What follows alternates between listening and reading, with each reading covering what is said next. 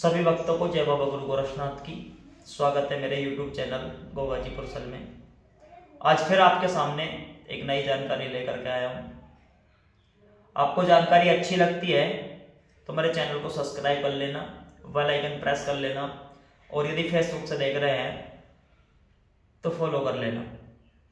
आज जो जानकारी आपके सामने मैं लेकर आया हूँ उस जानकारी का नाम है संकटनाशक जल। संकटनाशक जल को कैसे तैयार करें और संकटनाशक जल का कैसे इस्तेमाल करें, और संकटनाशक जल को इस्तेमाल करने के हमें क्या फायदे मिलने वाले हैं।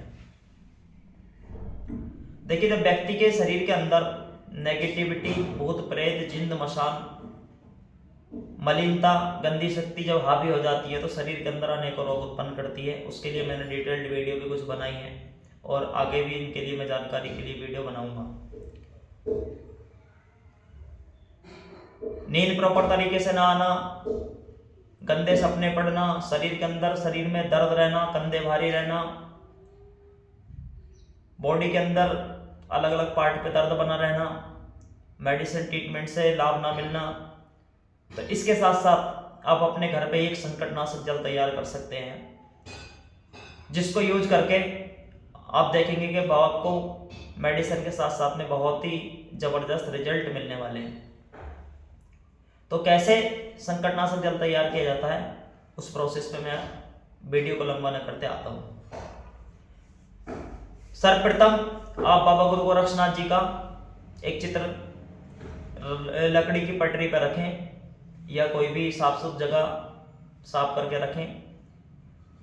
एक घी का दीपक लगाएं, 2 बत्ती जलाएं और एक गिलास के अंदर थोड़ा सा गंगा जल उसमें डालें और बाकी नॉर्मल पानी उसके अंदर डालें।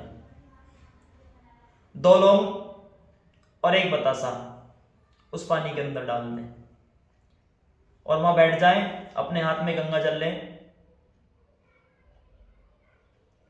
और बाबा गुरु गोरक्षनाथ जी से अरदास लगाएं, हे बाबा गोरक्षनाथ, समस्त बागड़ की सरकार, मेरा नाम ये, मेरे पिता का नाम ये।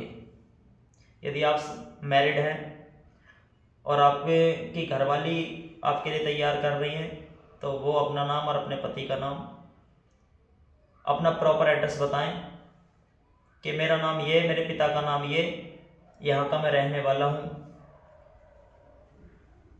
मैं बागड़ की सभी शक्तियाँ, बाबा गुरु गोरक्षनाथ की सभी शक्तियों आपको साक्षी मान के एक संकटनाशक जल तैयार कर रहा हूँ। इस जल को अभिमंत्रित कीजिए और मेरे शरीर के अंदर कोई भी नेगेटिविटी, मलिनता है उसका दमन कीजिए, उसको मेरे शरीर से बाहर निकालिए। उसके बाद उस जल को अपने सामने छोड़ दें। आप उसके बाद गुरु गोरक्षनाथ जी का चालीसा 11 बार पढ़े, या आपके पास बाबा गुरु गोरक्षनाथ जी का कोई भी गुरु मंत्र किसी के द्वारा दिया हुआ है, उस मंत्र को, छोटा मंत्र है तो कम से कम 5 माला, सॉरी बड़ा मंत्र है तो 5 माला और छोटा मंत्र है तो 11 माला पढ़े। पढ़ने के बाद उस जल में फूंक मारें